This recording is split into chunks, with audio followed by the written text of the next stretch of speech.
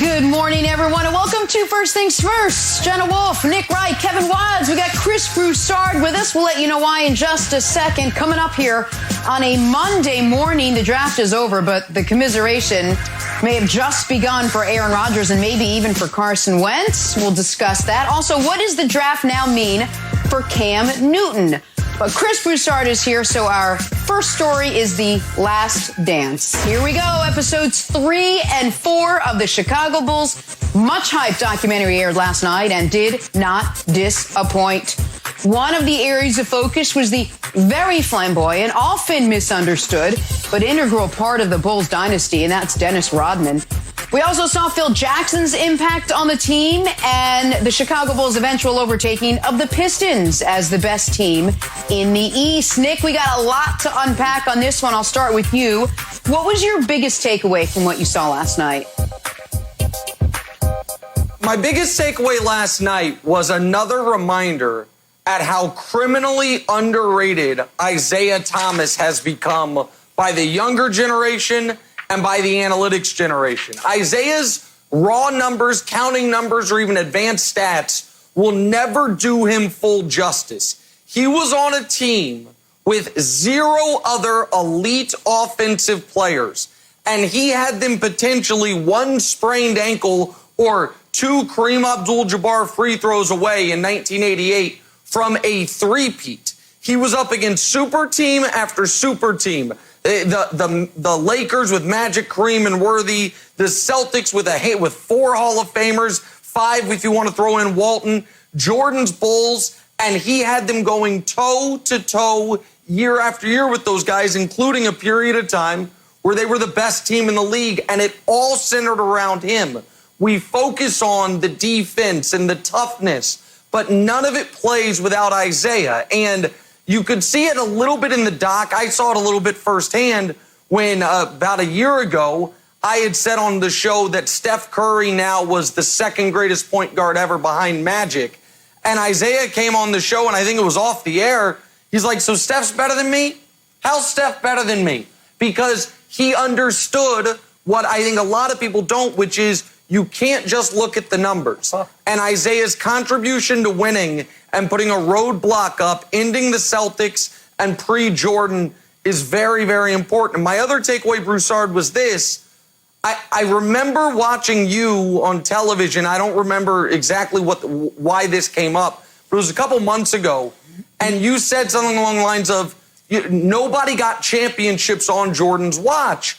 And I just remember I was watching this and I'm like, well, it seems like a lot of people did, though. Like, all the Magic, Kareem, and Worthy, they all got titles. Obviously, Bird and McHale and Parrish and Walton, they got titles. Isaiah and those guys got titles. Akeem and Clyde got a title. I know we're not allowed to count the Wizards years, but then you'd have Duncan and Robinson and Shaq and Kobe. So, no, it didn't happen. Of course, it didn't happen. So it's really just Barkley and Malone and Ewing didn't get titles. But it was just a reminder, there were championships won from 85 to 98 that weren't those 6 Bulls titles. But my bigger takeaway, Broussard, was the greatness of Isaiah Thomas.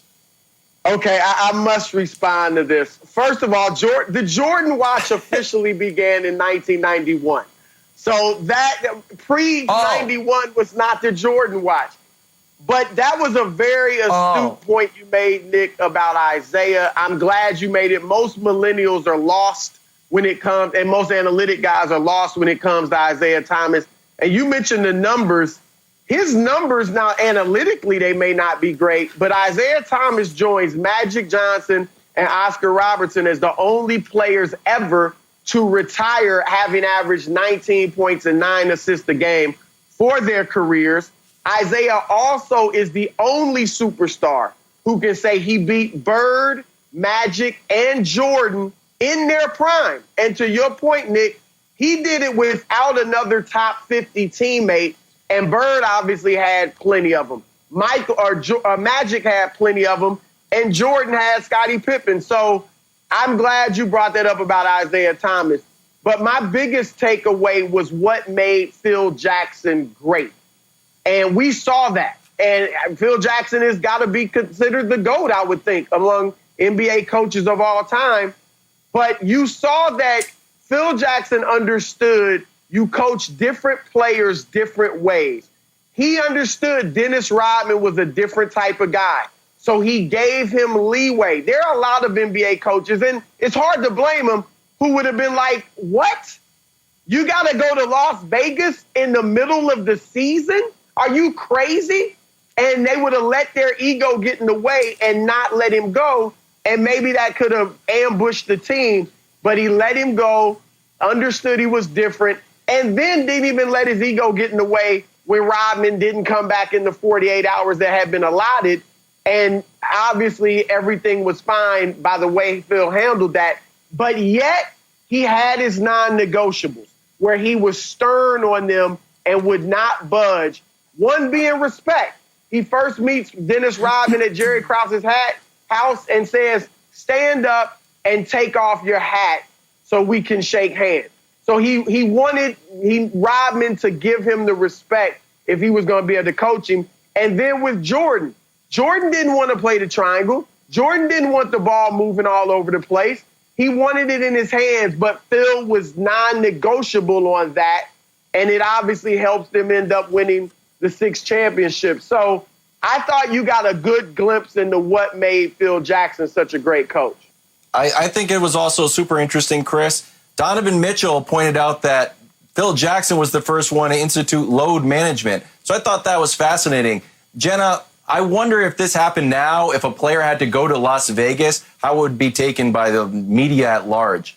If a player had to go to Las Vegas, I have to. I have no other choice but to go. Vegas. Hey, Nick had to. Nick, I want to get your take on what Broussard had to say, because there was this dichotomy between the intense Michael Jordan and the seemingly laid-back Phil Jackson, just in his approach at least, that sort of zen-like. You saw that scene where they took their shoes off. They were practicing some sort of breathing technique on the floor. You know, one guy was so intense and one guy had different approach. And even in the beginning, they didn't gel, right? Michael wanted the ball. Phil wanted everyone to have the ball. What do you think about what you learned from Phil Jackson and how these two really found a way to make it work and be successful? Well, I think it is a vivid and important reminder that an enormous part of the Michael Jordan story is him linking up with the most successful, arguably, professional coach in any sport ever. Like, it is so hard to win championships in pro sports. It is incredibly difficult to win multiple championships. And now if we're talking about the handful of guys that have a handful of rings, you're talking about guys with 4, 5, 6 rings. What do they all have in common? The great player is married up for either a part of or the entirety of their championship window, an all-time great coach. Bradshaw had Noel. Montana, for multiple of his championships, had Walsh. Kobe, obviously, had Phil for all 5 titles. Shaq had Phil for 3 of his titles, Pat Riley for the other one. Michael had Phil for all 6. Duncan had Popovich for all 5. Magic had Pat Riley for 4 of his 5. It is basically impossible, if not unprecedented, in sports history to become. Jeter had Joe Torre, to become a guy that has more than 2 or 3 rings, unless you are married to a coach who is going to help guide you along the way. Because I think Wildes, I get your takeaway on this. I thought it was very instructive when Doug Collins went over the list of Michael Jordan accomplishments in his 3 years with him. He's like, well, he won a league MVP, he won an all-star MVP, he won scoring titles, he won defensive player of the year. And then Phil Jackson walks in and is like, Michael, you're going to have to change. I think the vast majority of coaches in NBA history would not have been able to do that. But Kevin, that obviously was exactly what Michael and the Bulls needed. So I just think it's an incredibly important part of the story. So I don't know if you're setting me up here, but I'm going to toss the ball back to you, Nick. Michael had Dean Smith and Roy Williams, and then he had Bobby Knight in the Olympics. Then he moves on. He eventually has Doug Collins and Phil Jackson. It seems like, and this is why I thought this was a wrestling move setup that you're setting me up for to drop an elbow on me, that the only great player who didn't have a great coach was LeBron James. Was that whole take a setup for me to toss it back to you? Listen, I didn't. Of course. I hadn't even thought of LeBron. I mean, I fell into that. I wouldn't try. Listen, this is a celebration of Michael Jordan, So I wouldn't want to bring up the only athlete in American history that trumps him. So I think it's unfair. But you do, Wilds. I hadn't thought of it, but Broussard brings up a good point. I mean, now that I think about it, I'm like, yeah, all the guys, I mean, even back to Russell with Auerbach, like all the all-time greats, they did have that one iconic coach along with them for either all or most of the way. It's a good point, Wilds. I hadn't thought about Broussard. I don't know your takeaway on it. But I guess, true? You hadn't LeBron thought of hasn't it? had that. I must say it hadn't occurred to me, Broussard. Nick has made some unusually astute points today, so I'll give him credit for that. But look, I agree with Nick. I've long said that had LeBron been linked up with one of the all-time greats, a Phil Jackson, a Greg Popovich, or a Pat Riley, maybe a Larry Brown, he would have more championships. And then I think if he has more championships, he's probably widely recognized as the GOAT.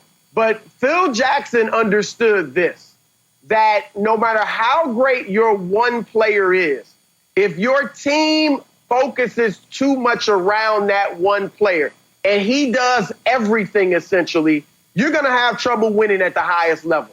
Michael Jordan, Nick mentioned the accolades he got under Doug Collins. How about his numbers? 1 year he averaged 37 points on 48% shooting for Doug Collins. The next year, 35.6 assists on 54% shooting. The next year, 32, 8, and 8 on 54% shooting. His numbers were astronomical and efficient under Doug Collins, but everything, Mike was doing it all, and they didn't win big.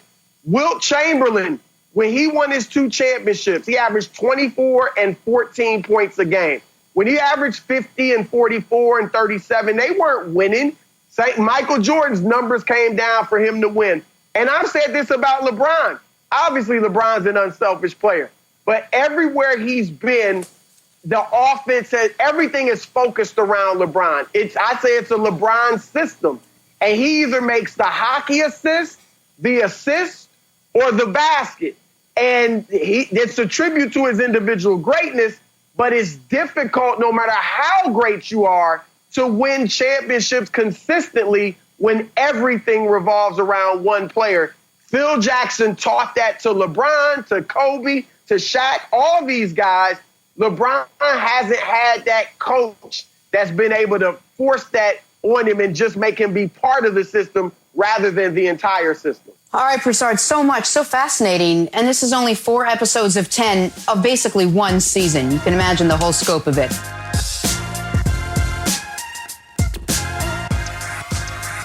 Back here with Brian Westbrook. Brian, let's play a little drawing a blank, and we'll start with your former team, the Eagles, who made one of the biggest head-scratching moves of the draft this weekend, taking Oklahoma quarterback Jalen Hurts in the 2nd round.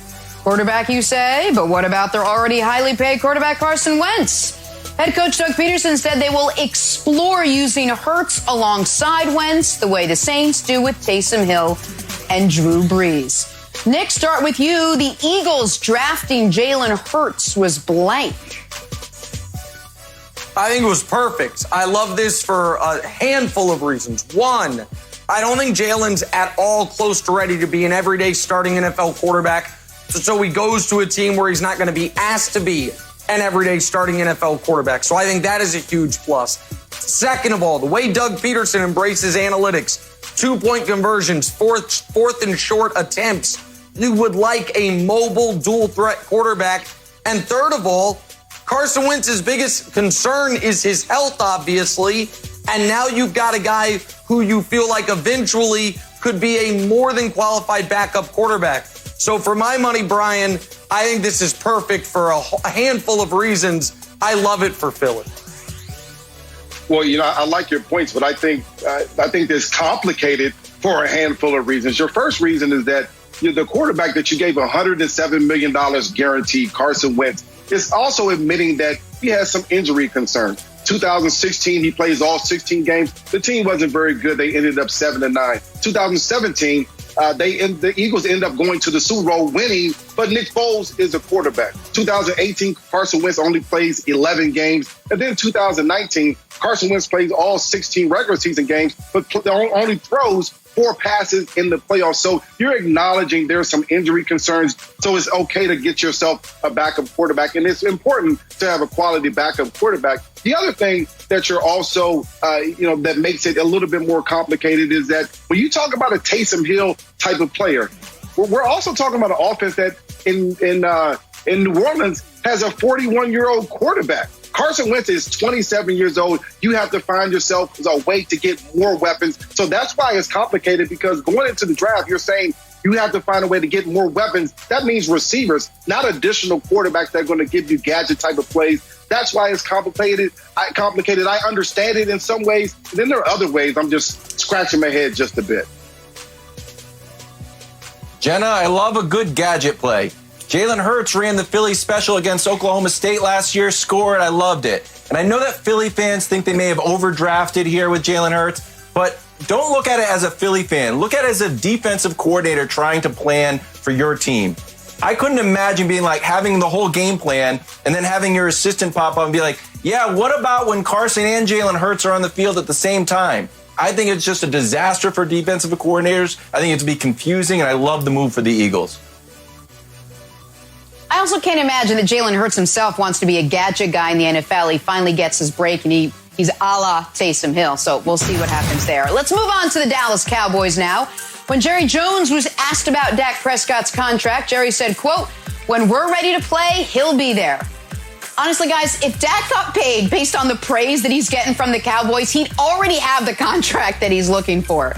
Nick, Dak's 2020 season with the Cowboys will be blank.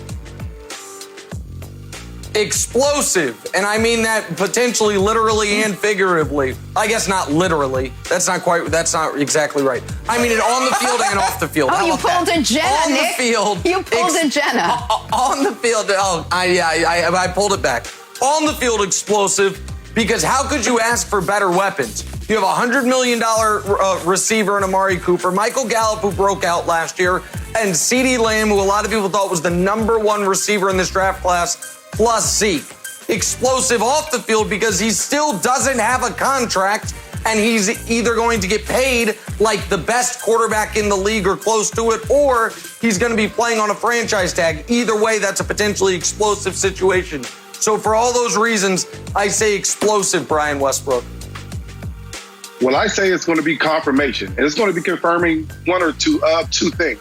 Confirming that a guy that's coming off a career season in passing yards, touchdowns, completions of 20 yards or more, and you add yourself a quarterback whisperer in Mike McCarthy. You add another weapon to that offense, all the weapons that you listed in CeeDee Lamb, you add another weapon. So you're giving him an opportunity to be successful. That means his offense goes out and wins right away. That's confirmation that now you have to pay the guy. Or you can be confirming that even with more weapons, even with more talent around him, that Dak Prescott cannot get it done. So either way, you're confirming something. It's either going to be good or bad for this offense. The question is going to be upon Dak Prescott of how good can he be, even with more weapons like you got in CeeDee Lamb during the first round of the draft. So I woke up this morning and I saw Aaron Gordon trending. And usually it's like Last Dance players trending. It's like Ron Harper was trending or Craig Elo was trending. I'm like, Aaron Gordon? Why is Aaron Gordon trending? So I clicked on it, and Aaron Gordon released a diss track for Dwayne Wade from the dunk contest. And I'm like, oh, geez, now I guess it's my professional responsibility to listen to this. So I listened to it, and here's my review. Slightly better than I expected. And that's how I think Dak's season will be. I think it's going to be great, but it's like slightly better than I expected. Okay. I got to listen to a diss track today. He's drinking his wine. Everything done? Yeah. It's got a nice, all right, let's move on to Cam Newton. I like it, Wilds. With the NFL draft over, the free agent should be joining. Cam Newton should be joining a team right about not yet. A recent report says Cam is unlikely to be signed until another starting quarterback sustains an injury. Nick, Cam's 2020 season will be blank. All right, this really stresses me out here. Oh, boy. And I don't want to give this answer. But Wilds, Westbrook, and as you all know, I have a commitment to take integrity that demands I give the honest answer. Take integrity again. And the honest answer is patriotic. Because I think this ends with him and the Patriots for almost no money. Wow. I look around the league, and I'm like, the Titans should have signed him. Instead, they gave Tannehill $100 million. The Colts should have signed him. Instead, they give what's left of Phillip Rivers $25 million. The Bears should have signed him. Instead, they're like, hey, Nick Foles, come on down. The Jags should have signed him. But they're like, you know what? The Gardner Minshew experience is something we want to go with. So I look around and I say, this is how this is going to end. With Bill Belichick getting Cam Newton for $4 million and unlimited legal seafood. And I just can't believe it. So my answer, Brian, is patriotic. And I'm already irritated, not only because the Patriots will be good, but because I will find myself rooting for them, which will make me feel repulsive. I mean, this is great. My answer is patriotic. This is great. What a day. The Patriots continue to find a way to get better. If they can find a way to get Cam on the roster, they're a much better team. But I kind of associate this with going out to dinner without a reservation. So you're going to your favorite restaurant. My wife finally picked the restaurant. We're going there. We do not have a reservation. And we get there, and they're saying, okay, Mr. Westbrook, just wait here, and we'll wait for a table to open up for you. This is just like Cam waiting for a quarterback to get injured or not play very well. And now you're sitting there watching that quarterback and his family eat steak and lobster and appetizers and dessert. And God forbid they want to have the after-dinner drink. And so we're sitting there waiting and waiting and waiting for this table to get up. And eventually we say, you know what, screw it, we're just going to leave. And so I think for Cam, you're going to be waiting for a long time, trying to figure out where he's going to fit in at and where he's going to get an opportunity. And here's the other part. We don't know what's going to happen with some of the OTAs. We're not going to know what's going to happen with some of the training camp. And that's normally the proving ground for quarterbacks. And that can prove whether you're going to play or you're not going to play. And now if we miss some of those things, we may also miss some opportunities for coaches to see that they need a guy like Cam in the organization because their starter is not a guy. So that may delay the process as well for Cam. It's kind of like being delayed when you go out for dinner and don't have a reservation. Okay, Jenna, I've got three answers because there was two just fascinating things that were just said. Answer number one, shame on any Philly restaurateurs making Brian Westbrook wait for a table. It should be, you should get the Goodfellas treatment, Brian. Same right thing. In, here's a table right down for you. Okay. Answer number two, I had a thing about Post Malone's Nirvana concert about Cam because Cam will wind up with a team and it might sound weird for about 1 second and then you look up and be like, wow, this is awesome. And that's what Post Malone did. But now my third answer, I changed it because of what Nick said about the Patriots. Here's the quote from the director of the Patriots player personnel. We're going to have to get a third quarterback paired up with Jarrett and Brian. Where he comes from and how he gets here is yet to be determined. So, Nick, patriotic is a wonderful answer. We welcome you with open arms to Patriot Nation. Happy to have you on board, buddy. Well, so basically, Nick, it's going to be the law firm of Newton, Stidham, and Hoyer. Get used to it. Wow. Wrap your head around it. Let's put it out there into the ether. It's going to happen. It's going to drive you crazy.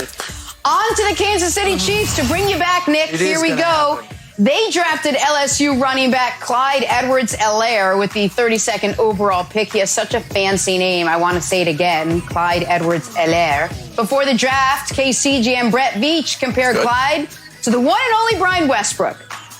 But then our guy Andy Reid disagreed, saying he's better than Brian. Shots fired, B-Dub. Brian, start with you. Andy Reid saying Clyde Edwards-Helaire is better than you are. As preposterous as we know that is blank, my friend. This is baffling. And I brought this trophy here for a reason. This is my 2007 most valuable offensive player for the Philadelphia Eagles organization trophy. They gave me this in 2007. I had a record-breaking year.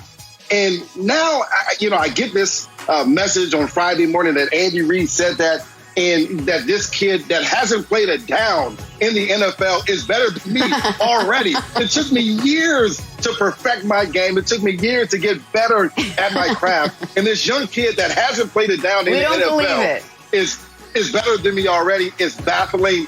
I also will say this. I got a call Friday morning. I'm on the farm. We're seeding the grass, taking the horses out, from Brett Veach, the GM of Kansas City, and from Andy Reid, both apologizing, obviously giving some respect to myself by giving me a call and saying that, what was put out there wasn't exactly what they said. So I appreciate that. And I still have a lot of love for Andy Reid as well as Brett Beach there out in Kansas City. Brian, I didn't think there was any apology necessary. I thought it was a Jordan-esque compliment. Nick, I thought it was the ultimate compliment for your running back to be compared to the great Brian Westbrook, who should never have to wait for a restaurant. I agree with you on the compliment. I agree with you on Brian Westbrook just totally lying that he's waited to have a table at a restaurant anytime in the last 20 years. But my answer is biased. And here's why. Remember when Keith Van Horn came out of school? People are like, a little Larry Bird-esque. Or when Jan Vaselli was coming into the draft, they're like, reminds me of Dirk. Or every black quarterback forever being compared to Mike Vick or Randall Cunningham. And it's just, no, you're just comparing white players to white players. This is comparing short guys to short guys, and I won't stand for it. Listen, I'm not a short guy myself. However, the audience thinks I am. So I have felt some of this bias directed towards me because everyone thinks I'm a short guy. And I feel the pain on behalf of the short community, which I'm not a part of. And I feel like Clyde Edwards-Helaire is being compared to Brian Westbrook just because they're both under 5'8". It's not right. Brian Westbrook is one of the greatest dual-threat running backs in the history of the league. What happened? What happened? So I just say it's biased. What's wrong, Brian? What's the problem? I'm 5'10". First of all, thank you, sir. All of us 5'10"? on this, all Okay, of us well, now that's are a okay lot. being 5'7".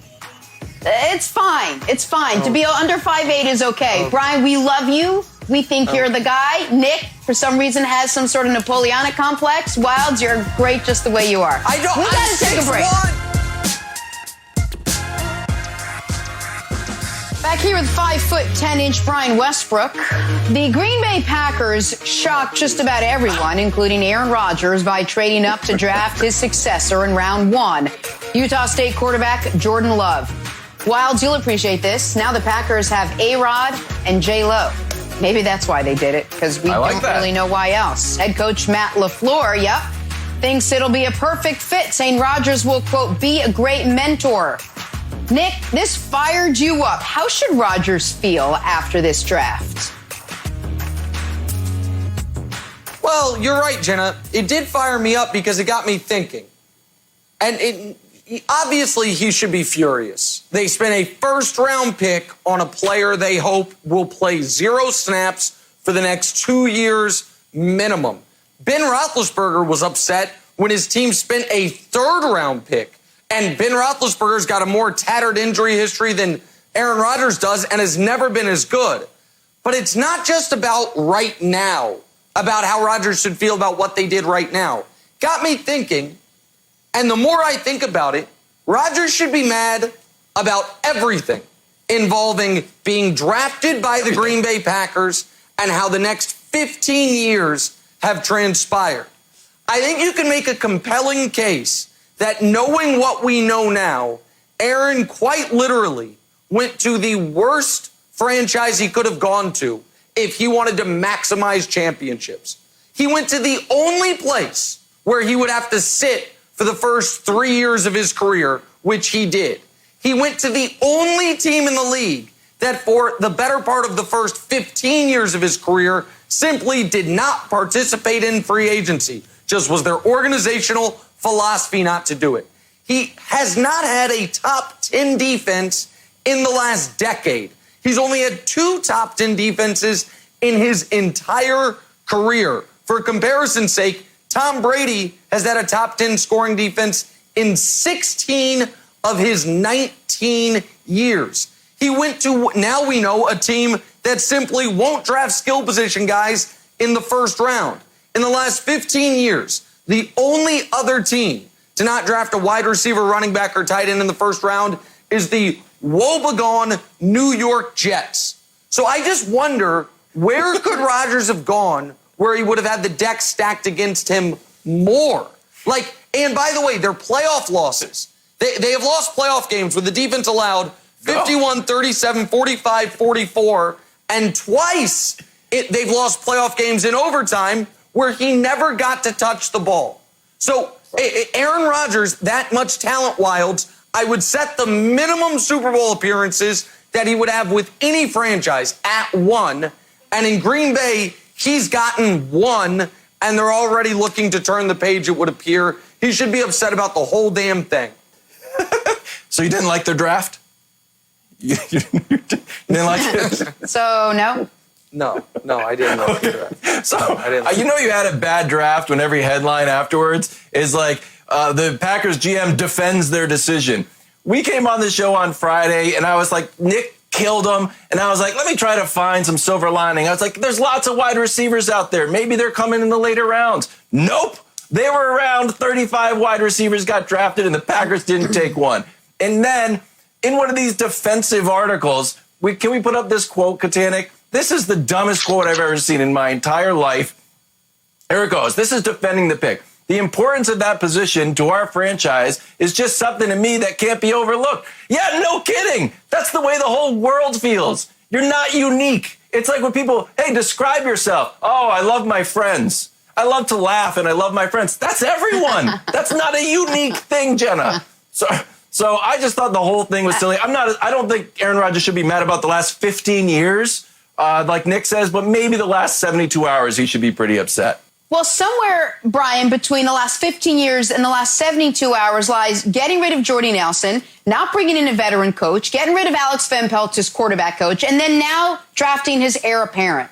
I'd be upset if I was Aaron Rodgers. How do you think he should feel after the draft? Well, Jenna, I think you're absolutely right. I would be upset if I'm Aaron Rodgers as well, because basically the Packers basically closed the window for Aaron Rodgers. When you watched the Packers last year, you saw Aaron Rodgers and Devontae Adams, and then just a list of guys that just weren't able to get it done, including Jimmy Graham at some time. And so you have to say you go into the draft and you have to get some help. And with them not getting help, it just closes the window on his career. And the way that he should feel is almost the same way that Brett Favre felt, that the writing is on the wall, that there will be another quarterback in Green Bay in just a couple of years. But I also want to take a look at this. If you're Matt LaFleur, you're saying, they've had Aaron Rodgers here for a long time. They won the Super Bowl in 2010. Then when you look at the conference championship games, 2014, they barely lost a game to the Seattle Seahawks in overtime. 2016, they got blown out by the Falcons by 17 points in the conference championship game. And then in 2019, they got blown out by San Fran by 17 in the conference championship game. So maybe Matt LaFleur is saying just Aaron Rodgers is not the answer. Maybe it's time to figure out that maybe there's a different answer out there other than Aaron Rodgers having the best quarterback, or at least one of the best quarterbacks in the game. There may be a different way to look at it. And so I think if I'm Aaron Rodgers, I'm seeing the writing on the wall. I'm also seeing that if they wanted to win this year, they would have helped me. Unfortunately, that's not what the Packers chose to do. Yeah, and here's the reason, though, Wilds, why I am looking at the last 15 years. It is franchise malfeasance to have only been to one Super Bowl since you had Aaron Rodgers. Look at the other great quarterbacks in the league. Russell Wilson's been to 2. Ben Roethlisberger's been to 3. Brady went to 9. Peyton Manning in Indy went to 2. 1-1 went to 2. And people will say, well, there's another example. Why didn't you win more with Peyton? Well, a lot of that was because Peyton's performance dropped off markedly in the playoffs. His quarterback rating in the postseason is an 87. Rodgers is 100. There hasn't been a single year where you look at it and you're like, wow, Rodgers' defense really bailed him out. Rodgers' supporting cast really bailed him out. It's never been that. So what should Rodgers want? To have been taken by a team that wouldn't make him waste the first 3 years of his career. In Russell Wilson's first 3 years, he won a Super Bowl and went to another one. Patrick Mahomes won a Super Bowl in his first 3 years. Carson Wentz was in position to win a Super Bowl in his first 3 years. He should want to go to a team that occasionally would participate in free agency at all during the prime of his career. It's crazy. The Packers, they got Reggie White, won a Super Bowl. They got Charles Woodson, won a Super Bowl. And then they said, we'll take a decade off from free agency. And you don't ever want to be on a list, Wilds, with the Jets. And they're on a list with the Jets of just saying, running backs, wide receivers, and tight ends. Who needs those when you have Rodgers? If he was taken by any other team, would he have had less success? My argument, Kevin, would be no. So I'm going to throw it back to you. What do you think happens now, Nick? Do you think this is just he plays it out and is just kind of miserable, or do you think we're ending, or this is the first time you can see like a Tom Brady Patriots ending coming with Jordan Love playing the role of like Jimmy G, that this is the fracture that breaks the whole relationship? Yeah, but the problem is this, Brian. He's totally tied to them for the next 2 years minimum.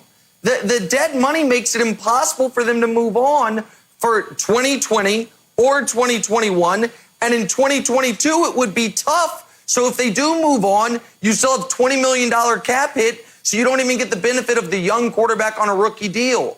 So to me, Brian, this is a couple who has announced they're getting divorced, but they've got to live together for the next 2 years while it works out in probate court or whatever the hell. Like, I just don't... I don't see how this goes well, Brian. Yeah, I think, and we've seen kind of how Aaron Rodgers can be salty. We saw how it ended with Mike McCarthy. I think at the beginning with Matt LaFleur was a little, a little salty between those two as well. And I think it kind of worked out last year. But when you go into the later years of your career, the later stages of your careers, you have to put weapons around that quarterback. We saw what happened with Tom Brady in New England. They wanted to put more people around him. When they didn't, he wasn't able to win. The same thing kind of happened to Aaron Rodgers in Green Bay. They decided not to put weapons around him and say he has to win it all by himself. He hasn't been able to do it. Now they make this move to draft Jordan Love in the first round. I can't see how Aaron Rodgers is happy at all.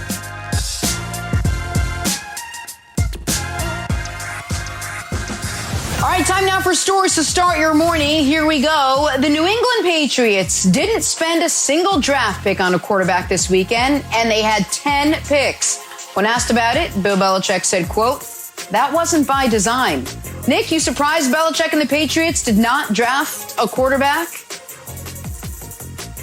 No, as soon as they decided to trade out of the first round and not take Jordan Love and save the Packers from themselves, it was pretty clear they weren't going to get anyone that could help them this year at the position. And Wilds, it just feels to me like it's leading to the inevitable conclusion that I get a text alert on my phone. Jay Glazer's posted a new video, and Glazer is staring into his camera and saying, breaking news as he's training MMA fighters. Cam Newton has signed with the New England Patriots for $4.1 million. Look out, we got I video. just throw my phone. And so, no, Wilds, I'm not surprised by it. I feel like this is the inevitable conclusion, though. Nick, here's what I think you should do. You're a guy who always likes to be prepared. I would buy a new phone right now, get it synced up, and just have it be your emergency phone. So you have your Glazer phone that you can break when you see the Cam Newton news come, and then you have your new phone ready to go. You don't want to be in a jam that we can't get you. Like, where's Nick? The Cam story broke. It's going to lead the show. And like, oh, he didn't get that new phone.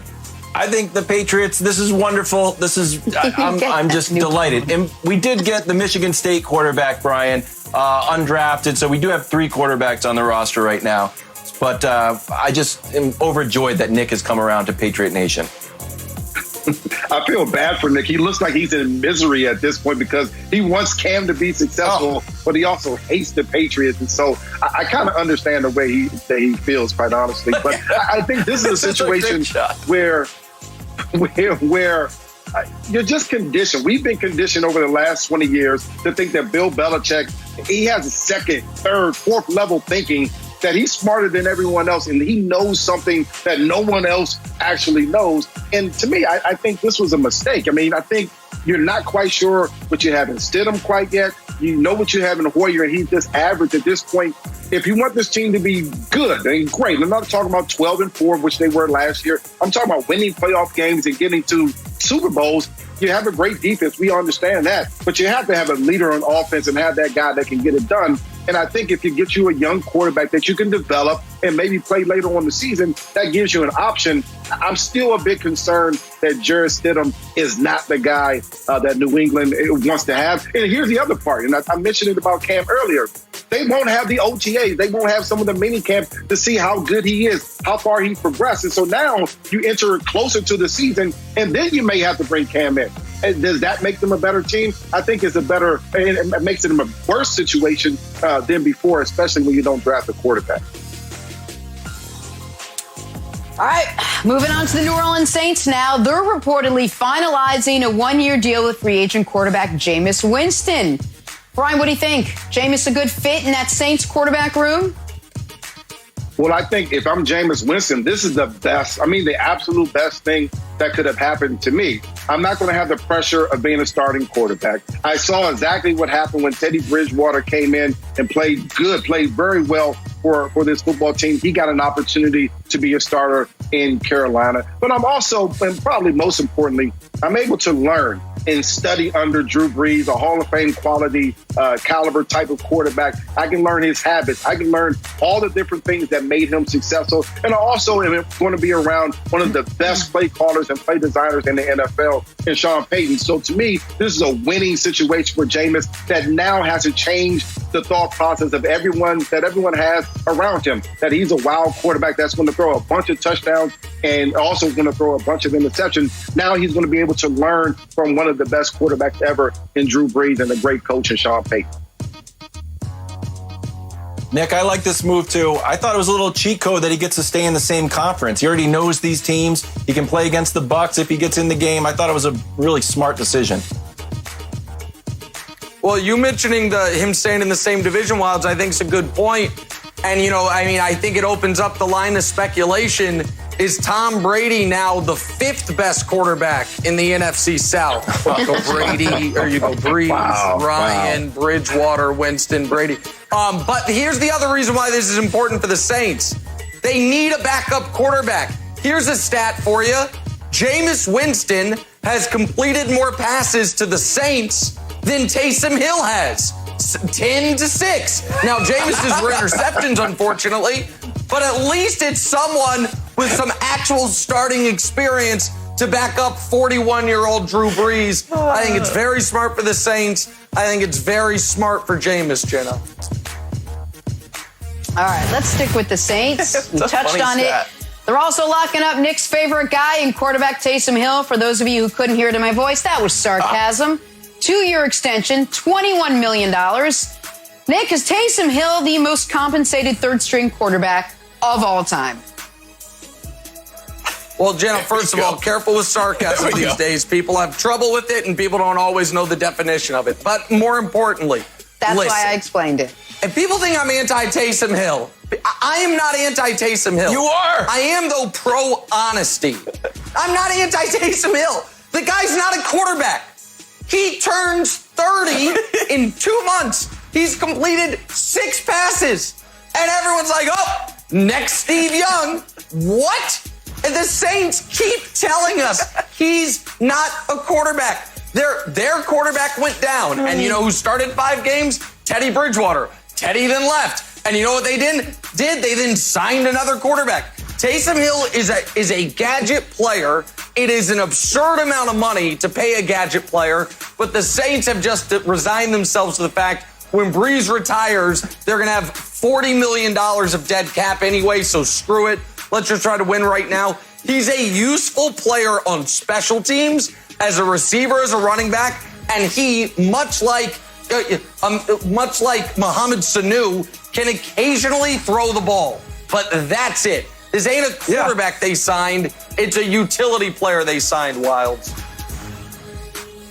Brian, I'm also totally confused by this, and Nick has brought me over to the dark side of being a Taysom Hill person who's confused by Taysom Hill. If you're not a Taysom Hill hater, Nick, I'm a person who is confused by Taysom Hill. Brian, is there a silver lining, or can you give us the ceiling of Taysom Hill to put some cold water on Nick's take? Well, I think that if you're talking about a gadget player, a guy that can win you a game here and there, Taysom Hill would be the great example of that. He puts pressure on the defense. And you mentioned it earlier about Jalen Hurts. When you go through a week of practice, you only have so much time. And then you have to add in the fact that, we have to think about what Taysom Hill is going to do when he's on the field. That's just tough for a defense to have to do in a week's time between games. And so I think he is certainly probably overpaid because he only played in less than 23% of the snaps for the Saints, the offensive snap, that is. But he also is a very useful piece on that offense because when you think about some of the biggest plays they had last year, it was Taysom Hill getting out in routes, catching the football. Taysom Hill taking the ball from underneath center, rolling out and throwing it deep. There were some big plays there, especially when Drew Brees went down for those 5 games. But man, Saints fans love that guy. And every time he comes in, they go crazy. I'm not sure $21 million worth of crazy, but all right, let's end the show on some basketball. If you were wondering. That's for sure. Yup. If you were wondering where the Warriors dynasty stands, let Draymond Green sum it up for you. With Dre very confidently saying that he, Steph Curry, and Klay Thompson, quote, changed the game forever. Nick, we'll let you round out the show with that. Do you agree with Dre? All right, a bit of a curveball for the audience because people think I don't like Draymond Green. He is 100% absolutely correct. Draymond Green won't have the historical significance of Steph Curry, obviously. But Draymond Green was the second most important player on this team, more than Klay, more than Iggy. He was the second most important guy until they got Durant and everything changed, obviously. He is what allowed them to unlock the original death lineup by playing small ball center. He had a 3-year stretch where he should have won 3 consecutive Defensive Player of the Year awards, and they did change the game forever. So Draymond, I will give you credit here, even though your comments about Barkley are totally insane. He's absolutely right.